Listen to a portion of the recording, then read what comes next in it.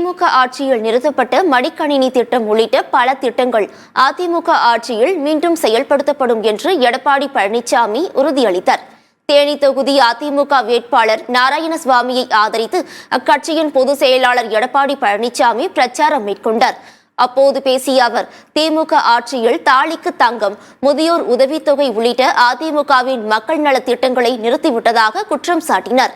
அதிமுக ஆட்சி அமைந்ததும் மீண்டும் மடிக்கணினி உள்ளிட்ட திட்டங்கள் செயல்படுத்தப்படும் என தெரிவித்தார். டிடிவி தினகரன் அடிக்கடி நிறமாறும் பச்சோந்தி என்று விமர்சித்த எடப்பாடி பழனிசாமி பாஜக குறித்து டிடிவி தினகரன் பேசிய காட்சிகளை திரையிட்டு கடுமையாக தாக்கி பேசினார். படிக்கின்ற மாணவ செல்வங்கள் மாணவிகளுக்கு 52,30,000 பேர் கொடுத்தோம். 52,30,000 பேர் கொடுத்தோம். 7,300 கோடி அதற்காக நிதி ஒதுக்கீடு செய்யப்பட்டது.